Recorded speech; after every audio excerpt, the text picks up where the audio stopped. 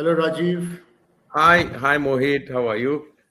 Welcome, Gaurav. Hi, How good are you evening. doing? How are you doing? Fine, thanks. Let me let me check. There are people coming in now. Namaste, Nishan. Namaste, Uh, Henry, uh, Mahendraji. everyone. Welcome, Yeah. welcome, Arun sir, and welcome, Prashant. There are more friends joining in. We'll give them a few more minutes, and we've So got I would say, Stefan, are and you we've got born Penny. from Sri Lanka? So are you born means may you attain a long life in Sri Lanka. That's a traditional greeting from Sri Lanka. Yeah, you'll have to get them to Sri Lanka to give them a longer life. Of That's how it course. is. The quality of life. Yes. Wonderful.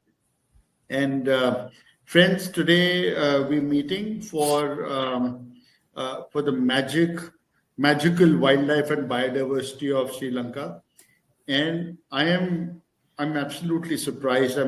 There's such stupendous, spectacular photos that Rajiv is going to show us today, and he's going to show us some habitats, and he's going to talk about various things about Sri Lankan wildlife. But before we get started with all of that, let me just tell you that this webinar we'll try and restrict it to about an hour, so we'll finish by 8:30. Everybody will also get the replay link, which you can share with others if you like, and of course those who are not here will also get the replay link. Those who have registered, and then uh, in case if there's a technical glitch, don't go away. This system is different. It will reboot itself. So, and it will bring back the webinar in about 2 minutes or so, just in case if there's a technical glitch. It all sounds very good this time, and I doubt if there would be any technical glitch, but you never know. The second thing is, if you've got questions to ask, you can put it in either Q&A section or you can put it in chat, and then at the end of the webinar, Rajiv and I will address your question, and Rajiv can answer them. I have my colleague here, the man and his colleagues behind the scene, who curate these webinars. It takes a long time, following up with people here, um, curating the webinar, setting it all up. It takes a little bit of time. Also, wish you all a happy new year. This is the first webinar that we're doing this year, and we'll get many, many more to you.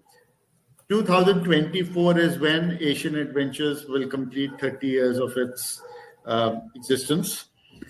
What we're doing now is under Global Wildlife Fair, which is going to be the largest wildlife fair in 2025 in October.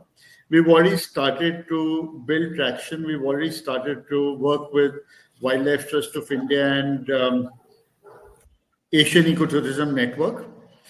On the 18th of this month, if you're in Delhi, please come to India Habitat Center in the evening at 7 o'clock. We have two films which are going to be screened by Green Hub, which is based out of Northeast. One um, one film is on Bugun Leosikla, and the other one is on the forest guards of Pake Tiger Reserve. And we would want your engagement in the Global Wildlife Fair. The idea of Global Wildlife Fair is to make a very, very well-oiled engine for species survival.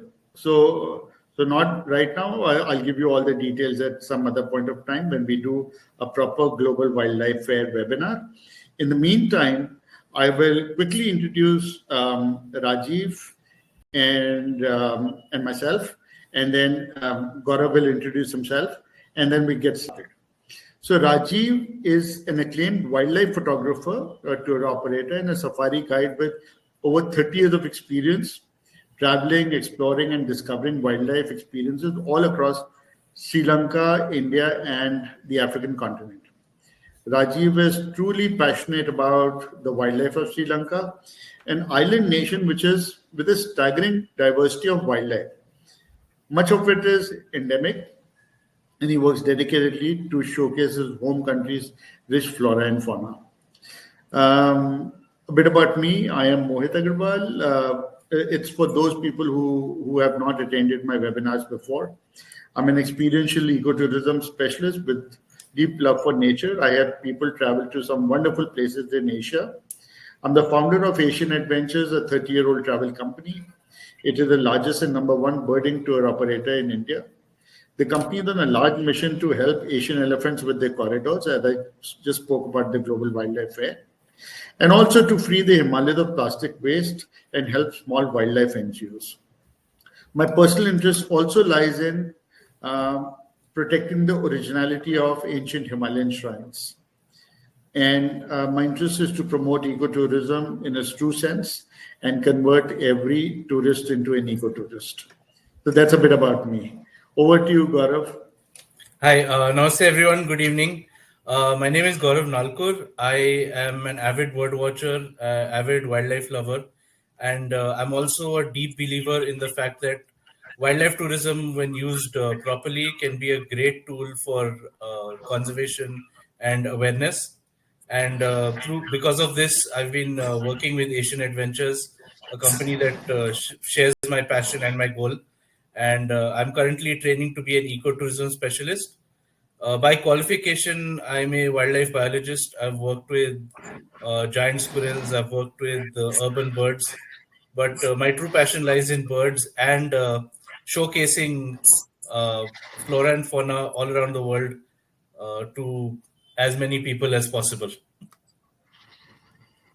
Wonderful, wonderful, Gaurav. Thank you for helping with this webinar, and you're the man to conduct these webinars. So Thank you so much. fantastic. Over to you, Rajiv. Thank you, my big brother from India, Mohit. I think I want to add a little bit. I think you should pull your collar a bit. Mohit. For everyone who doesn't know, I know he's a very humble human being, but he's the godfather of Indian wildlife, and I'm honored and it's humbling to be in the same forum as a man of that stature as Mohit Agarwal. He's like the kind of guy that I've been idolizing since I was in school as a young kid. He was doing things that we were not even dreaming of. When we were young, and it's an honor to be a part of Asian Adventures. So I've been working with Asian Adventures for almost 7 years now. And basically we've been the official ground partner for Asian Adventures in Sri Lanka, and also I've been doing multiple tours exploring the magnificent continent of India, thanks to Mohit, Iqbal and his team. I've covered about 6 national parks and destinations in India, thanks to both all of them. And I'm honored to be in this forum, and humbled as well. And I'm very keen to showcase my little island that I call home, Sri Lanka, as the ultimate. What I would say is the ultimate island safari. So I think Mohit would launch a slideshow with some of the features why we discuss as we go. So I like to brand things, and I would say the perfect moniker for Sri Lanka would be the ultimate island safari. I would go through why Sri Lanka is awesome as a safari and wildlife destination in the points ahead. But basically, one of the main things is because it's an island, it's easily accessible. You can travel everywhere very easily within a short period of time, even as an extension from a tiger safari in India. If you want to see the wildlife in Sri Lanka, it's just one flight from wherever. It can be Delhi, can be Mumbai. It's very easy to get to, and once you're on the ground, it's very easy to get about. That's the main unique selling point of Sri Lanka, is its accessibility. And once you're on the ground, everything is possible. All the things that I'm going to go through today are going to be possible once you're on the ground. So basically, if you go to the island, it's just south of India. And if you see, it's an island of possibilities. Forget about wildlife alone. There's so much else if you want. An extension as a beach vacation. There's so many UNESCO World Heritage Sites, amazing culture, food, things that are unique to the island. Yes, it's just a teardrop below India, but of course it's its own culture spanning about 3,500 years. When it comes to the wildlife sites, as you may see in this map, you have so many places, from dry zone, dry kind of, parks like Yala, Boondala, Kumana National Parks, to more denser forested habitats like Wilpattu, then, large open plains where you see thousands of, bird species, and hundreds of elephants like Kaudula National Park, Minera National Park, Kumana, and then you go to the mountains. These are mountains that are like almost 2,000 meters above sea level, where you get amazing diversity of wildlife, very similar to the Nilgiri Mountains in India. So think of Sri Lanka as a compact version of India, where you have so many habitats in one island. You have the dry areas, you have the rainforest, you have the highland mountain cloud forest, and then you have the ocean, the marine life, all of that in one compact island that you can do in one tour. So that is the most important thing when it comes to Sri Lanka. So why Sri Lanka again? It's an year-round destination. Some places are very seasonal. You have the monsoons, you have so many seasonalities. Sri Lanka is year-round. Only thing that we do is based on the season, the rainy season, or whatever updates that we get, we move our itineraries based on the season. One of the main things, of course, is to do with the ocean. So just for your information, when it comes to the ocean, November to April, the season is the west coast and the south coast, which is called the winter period. And during the summer period, which is from May to October, it's the east coast. So that's the only main difference that you get when it comes to the seasonalities. The island has 34 species of birds found nowhere else in the world, endemic to Sri Lanka. I will go through in detail as we go along. Then, of course, we have what I like to call, Africa has the big five. We like to call, the small species, the special six. Special six, which is basically I will go through in detail. The small cats and the loris species and some of the smaller species that are quite sought after that we can find in Sri Lanka. And also, being an island, you don't need to take domestic flights. You basically have a lot of good highways and road networks that you can travel within 3 to 5 hours of travel time to each destination, and we can make the ideal route or tour based on the number of days that you're there, covering the best of what Sri Lanka has to offer. And as mentioned, the landscapes vary even within the island, from dry zone scrub forests to rainforests to highland, montane, cloud forests, to mangroves, to the ocean itself. The landscapes are just amazing within a short period of time. And the amount of hotels, lodges, luxury camps that we have are endless. And we have Asian Adventures has some amazing working relationships with all of these to get you the best selection depending on your budget, your travel requirements. And more than anything, it's not just the budget, it's also what I always, as a tour operator, I always feel location, the most important thing is location. Having the most convenient location and access to the park is the most important thing. It's no point having something 1 hour away from the park or a rainforest or somewhere. Wherever possible, we try to get the closest location possible for our clients. And of course, not just wildlife. Sri Lanka also shares an ancient and rich cultural and historical heritage spanning over 3,500 years, many UNESCO World Heritage Sites, a living culture, every cultural heritage tradition.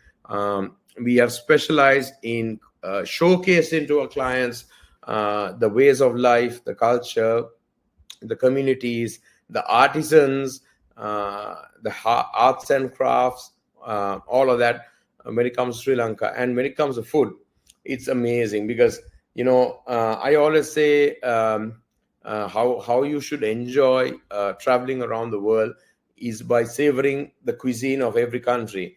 Of course, India is just so vast. You have, cuisine in each state, which is unique. So if you take Sri Lanka, the island itself, each region has its own specialty of cuisine, and the spices are just completely unique. The flavors, the combinations, it's just completely different. It's a completely different ball game when it comes to cuisine.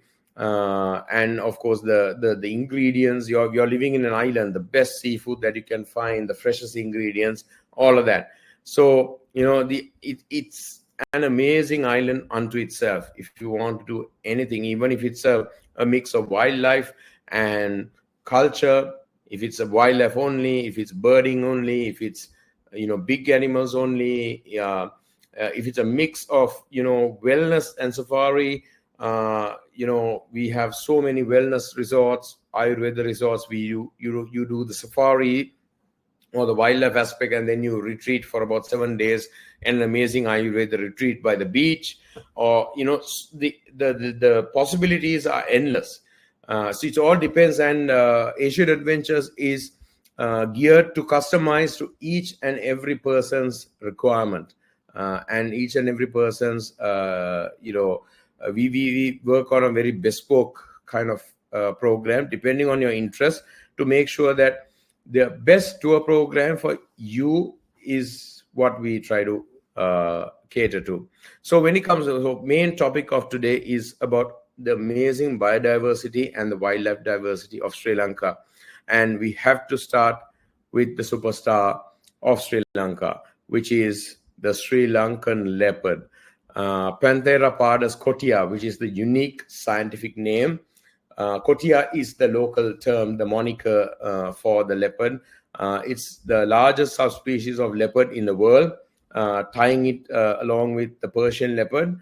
They are the apex predator of Sri Lanka, found in many of the national parks in the island. The best, I would say, the parks would be, of course, Wilpattu National Park, which is where I photographed this leopard. I spent 4 hours with this guy. We call him the Prince of Wilpattu. And of course, a sighting that I would never forget last year, a actual hunt and a kill of a spotted deer in Wilpattu. So Wilpattu is a heavily forested national park, a lot of dense foliage, but then few open areas as well. I love the place because it's a full day park where you can do a full day safari, and you have enough shade and coverage to take photography year round as well as all day. So he's Wilpattu as well. This leopard we reversed, I think about 4 kilometers while she was just walking on the road. It came to a point, a memory I would never forget. This was during COVID. And a memory that I wouldn't forget is she walked right up to our bonnet in our Jeep. And our driver was struggling to reverse back on a narrow, trail. And he got stuck on a route which was coming onto the road. And he's like struggling to reverse back. And I'm like, aren't you going to reverse? He's like, okay, it's stuck on a road. And the leopard, she's known as the Kurutupandi female. She was like standing right in front of the bonnet. I'm in the front seat. The windscreen is up. And she's like looking at us like, okay, anytime soon now, please, guys. And she was unfazed completely. They're so used to vehicles. The thing is, the advantage of seeing leopards in Sri Lanka is they are the apex predator. They don't have tigers or lions or hyenas to compete with. So they have a free hand and they are found throughout the day. And you get some crazy encounters, in Wilpattu, Yala National Park, Kumana National Park, and Horton Plains National Park, which I will go through as we go on. So this is another photograph from Wilpattu on a tree. So the photography opportunities can vary, can be on the road, can be in the forest, can be on a tree, can be in the grass, as you can see, almost like a savanna aspect, similar to India, Africa. And then you move on to Yala, which is completely different from a biome point of view. It's much more dry, scrub, coastal forest, along with a lot of huge rocky outcrops. Few clients of ours from South Africa, one of the main comments that they said was, this is the first time that they photographed a leopard on a rock. So Yala, if you want to photograph a leopard on a rock, Yala is the place to be. And then, of course, we move to the mountains, the central highlands of Sri Lanka.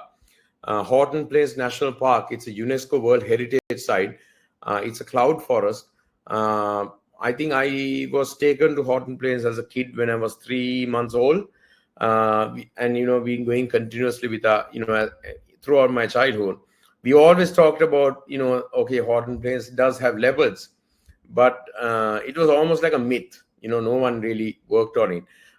Then 10 years ago, myself and a few other wildlife photographers thought, okay, look, there are leopards here. We just need to start looking for them. And we started looking for them. Years go by, we keep coming back home empty-handed. And finally, we just started getting sightings. Brief sightings at first. And then we understood where the leopard crossing points are, how they behave. And we basically habituated these guys so that we can get sightings, on a regular basis. Still, even right now, it's not as easy as seeing them in Kumana or Wilpattu or Yala, but you do see them.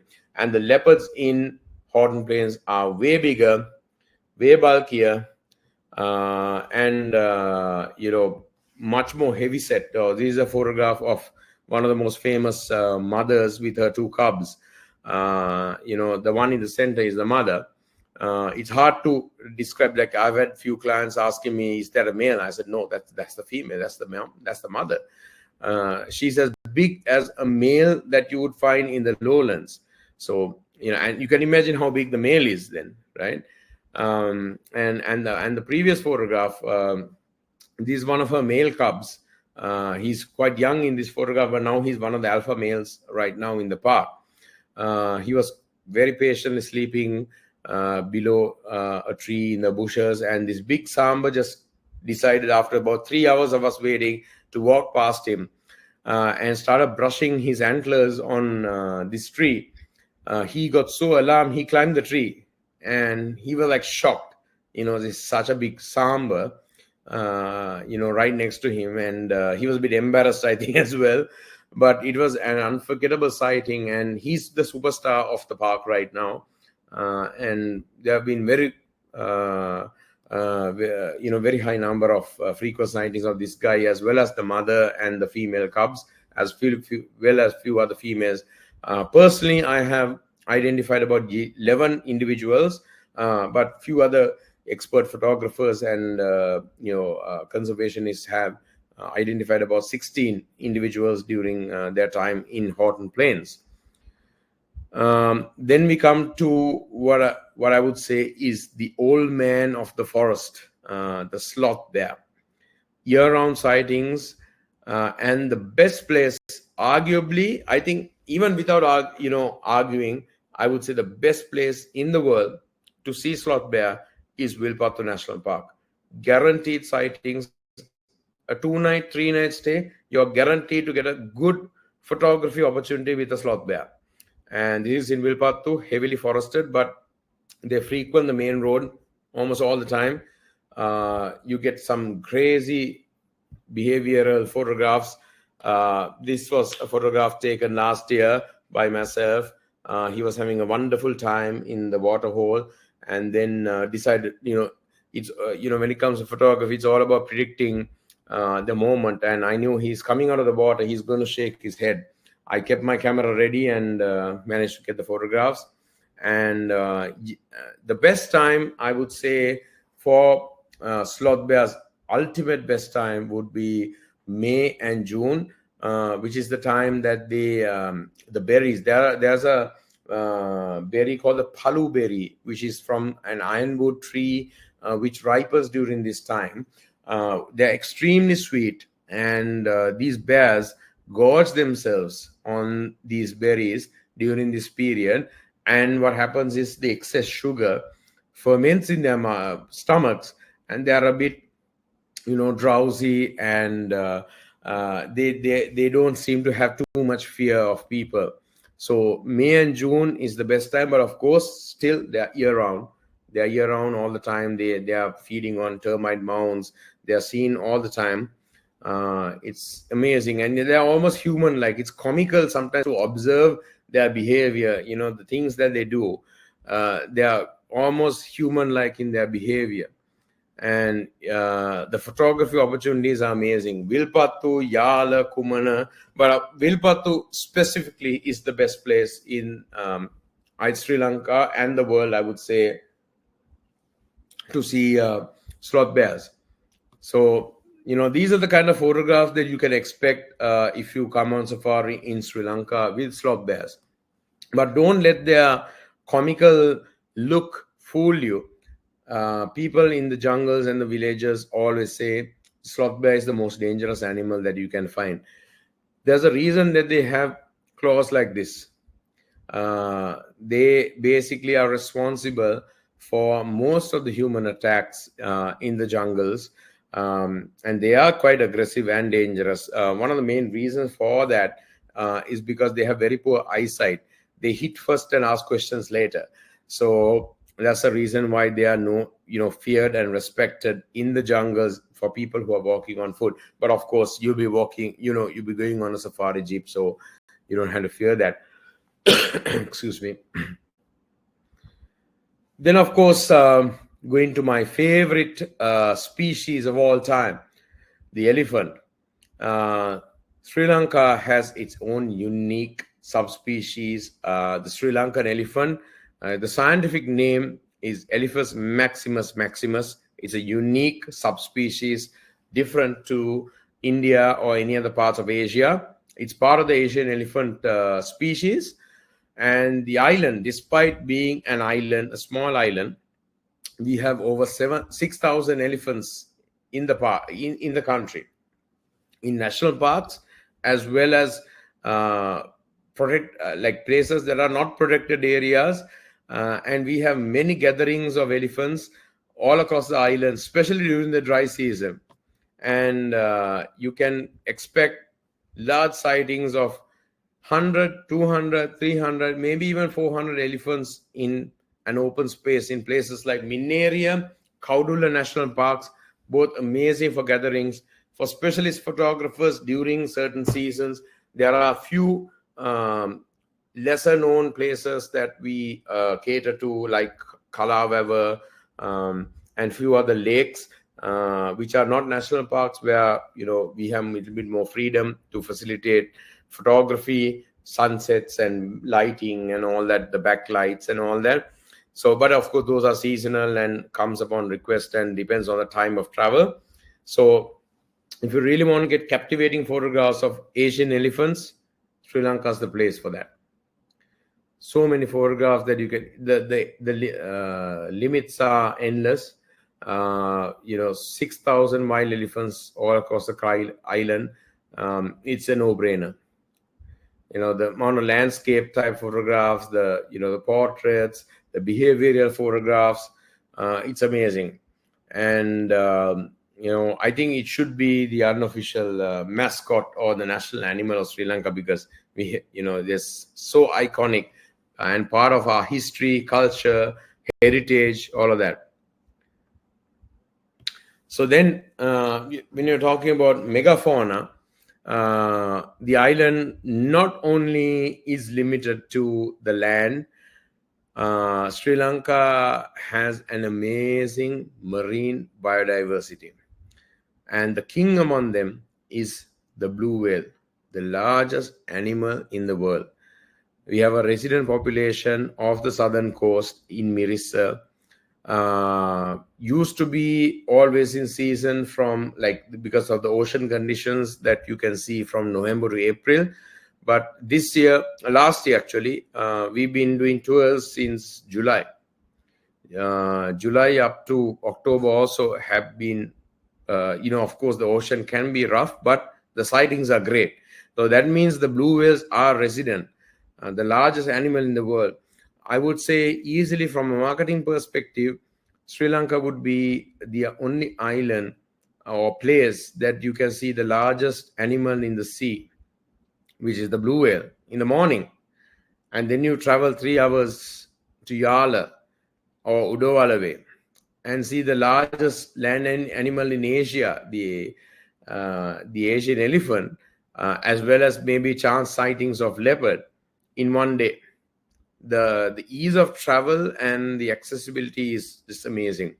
So blue whales as one thing. Occasionally, seasonally, especially March and April, we have sightings of superpods of sperm whales, especially off the western coast in Kalpitia and Mirissa as well. But Kalpitia is especially known for that, and many National Geographic and other documentaries were carried out based on the sperm whale superpods.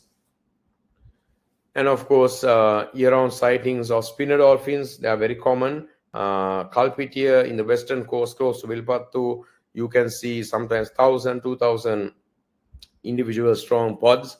And of course, these are just the common species that you see. Usually on a marine safari, you might encounter bride's whale, orcas, false killer whales, short fin pilot whales, bottlenose dolphins. Like the marine mammal diversity of our shores is just insane. So these are the 3 common species, but if you're lucky, you get some crazy diversity that you see. I went on a marine safari last year and encountered not only a whale shark, but also a manta ray. So it's not just the marine mammals, but some marine species that you can encounter on your oceanic safari is endless. So, it's not just the land. Sri Lanka has amazing rich diversity in the ocean as well. So when it comes to birding, we have 34 species of endemic birds, which are found nowhere else in the world, only in Sri Lanka, and also over 400 recorded species. This comprises of the endemic species, the resident species, the migrants, and the vagrants. So the diversity is amazing. Of course, someone who's interested in birding, the main thing that they will want to cover firstly and foremost would be the endemic species, and that's almost a no-brainer. We can do that. So this photograph, I won a few international awards as well. These are 2 of the most iconic individuals. The Serendip scops out. Sri Lanka has 2 species of endemic owl. The Serendip scops owl was discovered as a new species in 2004. No one knew that they existed before that, and they are one of the most sought after birds in the rainforest in Singaraja and Kidulgala. And I was fortunate enough to photograph them in our countless ventures into the rainforest. Then, of course, the most iconic bird in Sri Lanka, the endemic bird, is the Sri Lanka blue magpie. Beautiful, stunningly beautiful bird that you can photograph during your ventures into the rainforest. Another very, very, very rare bird. This is known as the Sri Lanka bay owl, but of course, they are found in parts of India as well. But there are recent studies that are going to be carried out, which mean split the species into Sri Lanka and India, because the call and the certain details are different between the two countries. So it's one of the most rarest owls that you can find. And is very closely related to the barn owl family, and found also in the lowland rainforest. So the lowland rainforest, out of the 34 species, I think about 28 can be seen in these rainforest habitats. The second endemic species is the chestnut-backed owlet, and almost a daytime species that you can see during the day. Iconic with its call, very similar to the jungle owlet, but of course the chestnut color on its back creates a distinction, and it's endemic to Sri Lanka. Then when you go to the highlands like Horton Plains and Norelia, you get highland endemics. Some of the highland endemics include the dusky blue flycatcher, as you see in the photograph. This is actually a bird found in the lowlands usually, but of course in part of the highlands as well. This is known as the Sri Lanka hanging parakeet, or the Sri Lanka hanging parrot. A cute, adorable looking bird, very small in stature, found in this area. Also in the lowlands as well as in parts of the highlands as well, but easier to see in the lowlands, is the Sri Lanka spurfowl. Very shy bird, so shy that they might run away if they hear the shutter of your camera. It's that shy, and we have set special hides in the rainforest to capture these species, because they are so shy and so elusive in nature, and they are endemic to Sri Lanka as well. So birds, of course, there's a multiple plethora of birds and species that you can find. But of course, I want to give an overall perspective of the diversity of the island.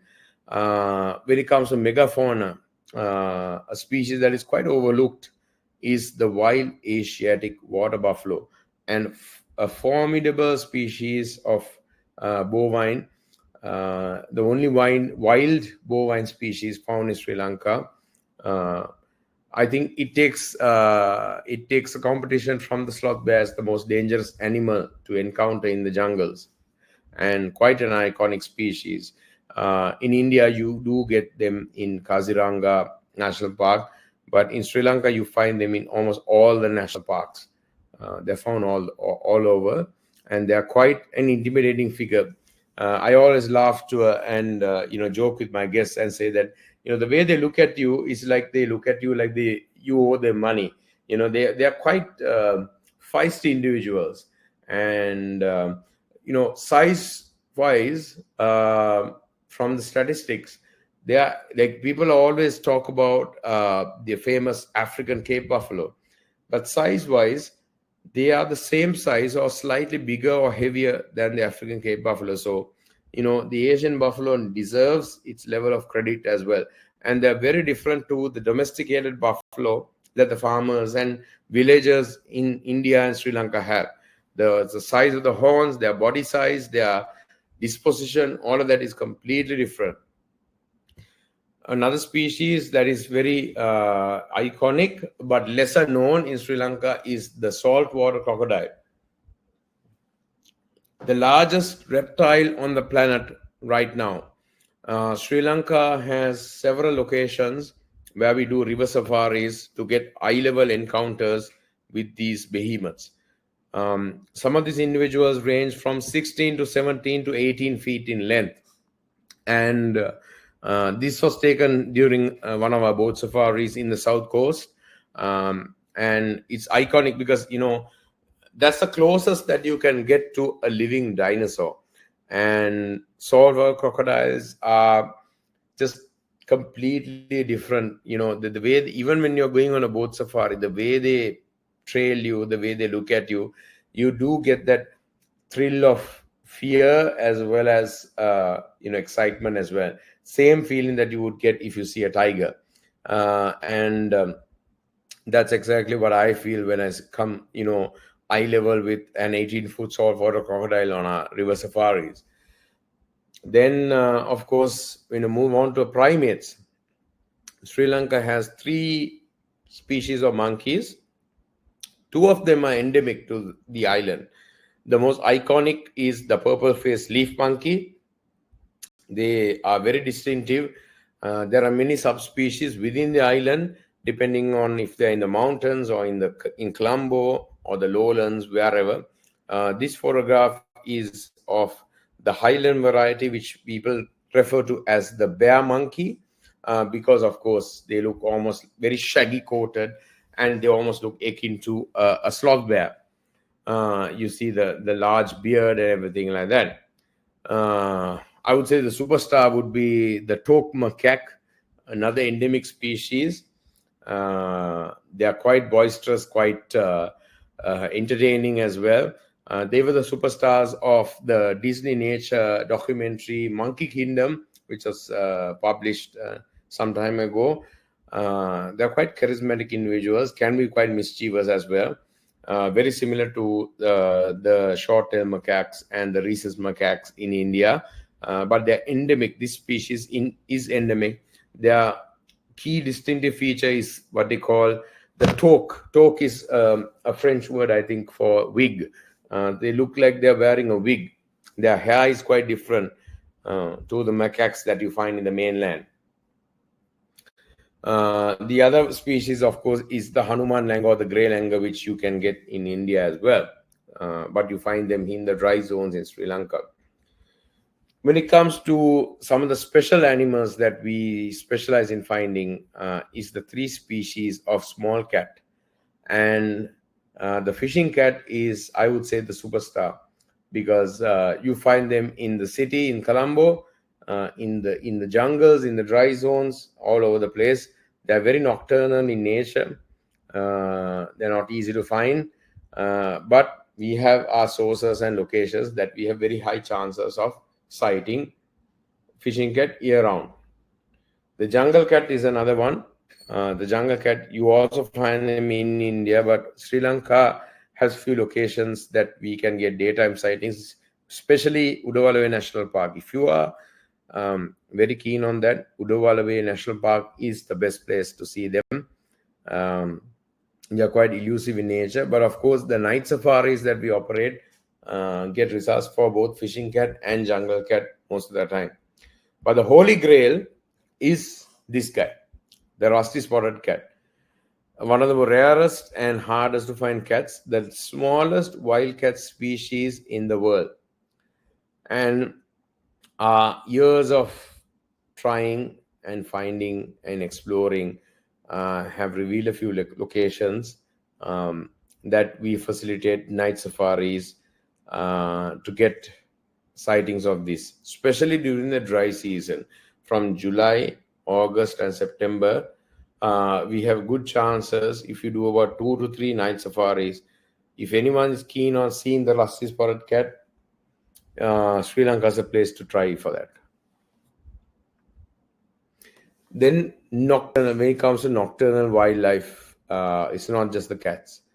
We have a family of primates called the slender loris family. Out of that, we have the grey slender loris, which we have about 2 to 3 locations in the island where you can find them.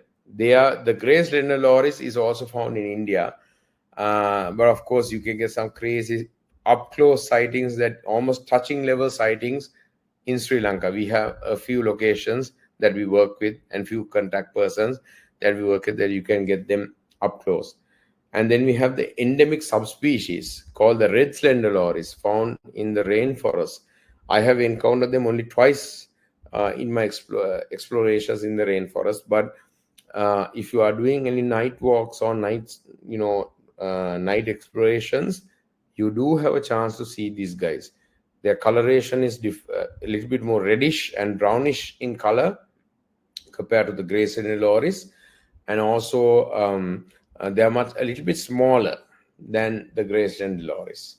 So you have some very bizarre and unique looking species that you can see. So like you said, it's not about the leopards or the elephants or the or the sloth bears or the blue whales. You have some unique smaller mammal species that you can find in this island. On the same trip that you're doing, we can supplement this. Another two species, of course, the Travancore flying squirrel or the small, lesser flying squirrel is extremely rare, very rarely seen. But the Indian giant flying squirrel, almost all the clients who are seeking them in our tours have been successful. When we have few locations that we can see the Indian giant flying squirrel. This lesser flying squirrel is quite a rarity, but if you are lucky, yes, you can encounter them. So moving on to a newfound passion of mine, thanks to my amazing naturalist guide, in-house naturalist guide, Ashan Piersinger, who is one of the top naturalist guides who's working for us. He's a frog expert. He's known in school as Gemba. Gemba means frog because he loves frogs so much. And that started my passion last year. Year before in 2022 on macrophotography and frogs in particular. And we discovered that there's over 120 listed endemic amphibian species in Sri Lanka in different parts of the island. And we actually, my team alone discovered about 8 or 9 undescribed species that nobody could identify. So there's many species yet to be described by science in Sri Lanka. It's a biodiversity hotspot. So this is a leaf-dwelling shrub frog photographed in Unravel. And there's so many variations of frog species depending on the habitat. You see, like some of the species, their texture is almost similar to moss. These were photographed in Gilimale in the lowland rainforest. So if you're into macrophotography, when it comes to frogs, lizards, snakes, Sri Lanka is the place for you. And we have the specialist guides to cater to this requirement depending on what your interest is. So this is showing you some of the frog species. These the Sri Lankan hourglass frog. So many other different habitats showcase. This is a reticulated Thai frog in Singaraja. This is the Moor's shrub frog in Riverston. This is the cheeky shrub frog photographed in Deniaya. And then, of course, if you are interested in snakes, the most iconic species is the Sri Lanka green pit viper. It's an endemic species, amazing, beautiful colors found in the rainforests of Sri Lanka. You do find them in the dry zone as well, but the best place to find them is in the rainforest. Amazing if you are into macro photography. Some crazy photographs that you can capture. There's so many endemic species of snakes, but of course the king of all the snakes would be the green pit viper. Then of course we can facilitate if you want the highly venomous snakes like the Russell's viper, the Indian crate, the Sri Lanka crate, the Indian cobra. Now the Indian cobra has actually split, and the cobra in Sri Lanka is endemic to Sri Lanka.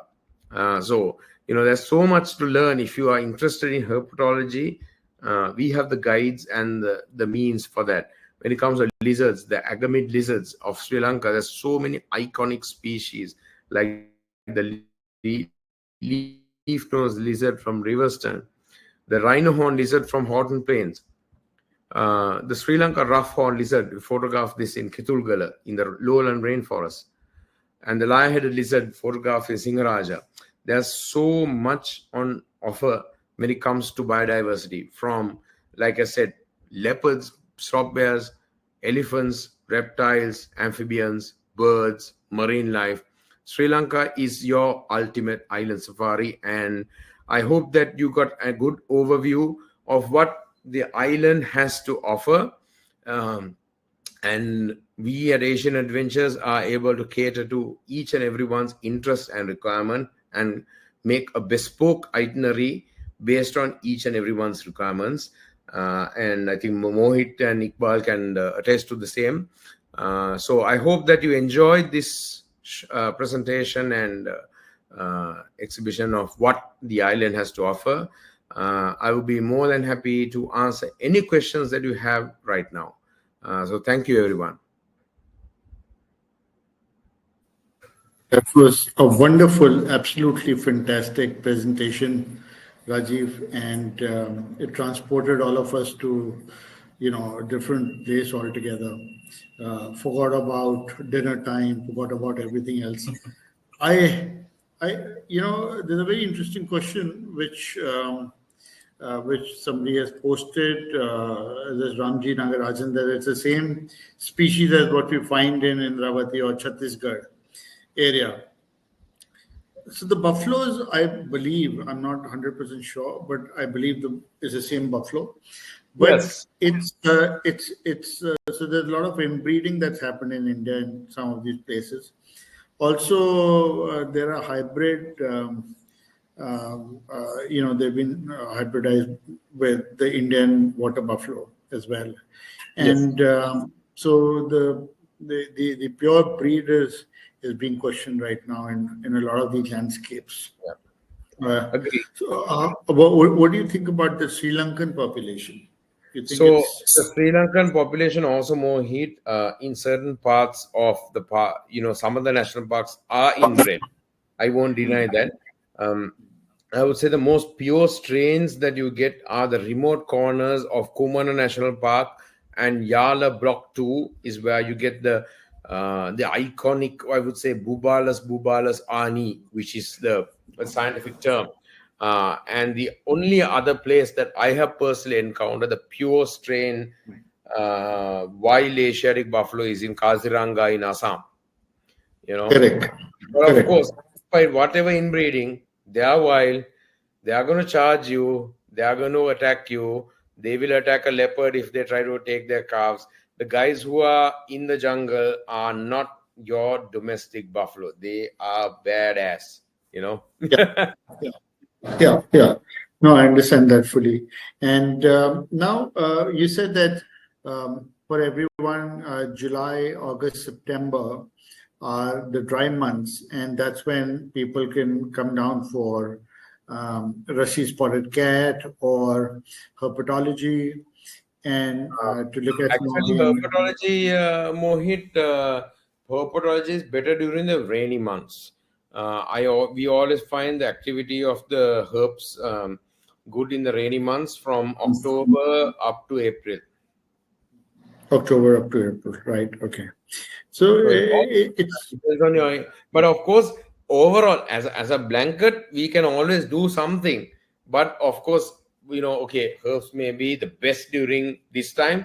Maybe the small cats may be best during this time.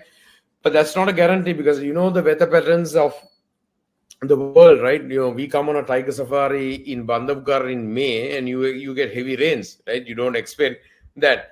Yeah, so climate change. Yeah. The main thing is how hardworking our guides are. Like December, we had a safari, like a birding and wildlife tour. We had sightings of greater flying squirrel, rusty spotted cat, fishing cat, jungle cat, and loris. In December, which is supposed to be the rainy season, during the rains, right? It's all about how hard my team works. Of course, it's not a zoo. It's not a zoo. When you're going on safari, India, Africa, wherever, remember, it's not guaranteed, right? Nothing is guaranteed. We don't sign, like, a waiver or something, but it's So not. I have a question here to ask you, which is related to elephants. Um, in India, there's rapid development which is taking place in all sort of places, especially in the remote areas of India, where Mhm. there are highways coming up and there are these flyovers and there are these, huge vehicular traffic which is increasing, and somewhere down the line, it's affecting a huge number of species, especially the elephants. Elephant, yeah. And the elephants, is it the same in Sri Lanka as well right now It's for elephants? Mohit, I've been fighting this cause for the last 20 years of my life, right? I think Sri Lanka faced this problem way before India, because India is huge, right? Remember, we have more than 20 million or 22 million in population. We are an island, right? We talk about 6,000 to 7,000 wild elephants in the country. The majority of them are found outside protected areas. I am focusing a lot of my elephant observations outside protected areas. Their habitats are small pockets of forest in an ocean of human habitats. They are moving from one pocket to another pocket every day. They're harassed every day. We've been proposing, like, this is going out of tourism, like this is going into the realm of conservation that I've been doing for many years. But we've been giving solutions and projects and proposals to kind of mitigate and lessen the issue, but it's been gathering dust. I always take India in a positive way as a benchmark, that whatever said and done, yes, we do work. We are not at that level as India when it comes to conservation. We are not at that level that we have in park management that India has, but we, as operators for Asian Adventures, we do go above and beyond to facilitate inside and outside the park. But when it comes to conservation, yes, it is a problem. It is a problem. Yeah. Because remember, So has 22 million in population, island, small island, and over 6,500 to 7,000 wild elephants. Elephants So are huge. here is my take, Rajiv. I've been, uh, while we're into tourism and wildlife tourism, conservation, travel, Yeah. and all of that. But I think it's high time that that tourism lobby, takes up this cause, and especially the conservation travel companies like yours and mine, and various other companies. Mm. I think we really, really need to go whole hog. The whole purpose of Global Wildlife Fair for the first 2 years, 25 and 26, will be focusing on Asian elephant corridors.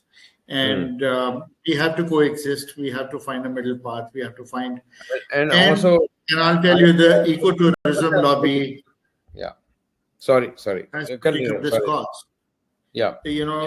So whether it's the tour operators or guides or Yeah. other stakeholders or hotel owners or whatever, we Mm. need to take this in our hands. We need Yeah. to. We've been mute for the longest time. Actually, not we've been mute. We've been oblivious to this entire So, thing, and so we're just just talking about only tourism. So just So to give you an update, Mohit, the island has, yes, everyone, like we as Asian Adventures, we don't look at the standard modus operandi for wildlife, right? We look at places outside the touristy national parks and areas, right? So we are currently working on this whole year. Our project is to find elephant gatherings. When it comes to dry season, what happens is there are large, like Sri Lankan kings built lakes all across the island, like lakes everywhere, right? The elephants gather to the receding waters of the lakes during the dry season to feed on the succulent grass growing on the banks of the lake. There are gatherings or unofficial gatherings that nobody knows of. the advantage of working with Asian Adventures is that you have a team who are basically working with the military. Now, I have like former Navy Special Forces and Army Special Forces guys in my team who are working with the military, finding places in the north and the east where the war was prevalent, like nobody went, where we can have exclusive experiences for photographers to see elephants and pay the locals, give the Yeah. locals incentives to basically say, okay, look, we are coming with foreigners, we are giving you dollars, we are giving you money, right? Develop this, create homestays, create facilities, maybe have some Mahindra jeeps or whatever to take us on the safaris, you know, basically, I am working towards creating unique experiences. I'm like, in this forum, I'm going to tell you, right? I'm looking at places in the coast, in the lagoons, that only the Navy, because I have staff from the former Navy Special Forces, Navy Special Boat Services, in my staff, that we are investigating locations and guaranteed sightings of dugongs in the north and in the western coast, right? So we are looking at an overall perspective of giving, like, what Asian Adventures is giving the customers is not just about, okay, everybody is doing leopards or bears or whatever. We are trying to look at exception, but of course you have to accept that it's not a zoo. If you see, you attempt for it, you go for it. Yes, we'll try, but you might have come back empty handed, So, but so it's time to join hands with other people, of course, not just conservation. Let's start mobilizing more. definitely. See, yeah. So there are trade bodies that have been talking about conservation for the longest time. The idea is to pick up the species like iconic species like elephants. Yeah, And agreed. then tourism is focused right now in India. It's all been tiger centric. Yeah, Now it's time to, and they've been talking about elephant conservation, but not, it's not yeah, filtered down to the tourism lobby. The yeah. idea is to get together and push the cause for elephants because they are the gardeners. They will protect tiger They are the and leopard gardeners and and they're other the things. umbrella species. I would say Yeah. they are the umbrella species. Correct. So let's talk more about it, and then whoever Likewise. from the Are forum who's attending right now wants to definitely. participate, please drop an Mohit, are email there to us. any other questions? There are no other questions, Okay. Rajiv. I Yeah. think that's about all. We just had a little Okay. No problem. conversation But of related to course, these elements. as you know, just give my 2 cents worth. If you are ever considering Sri Lanka to the forum, book with Asian Adventures. We are here as the ground partners here.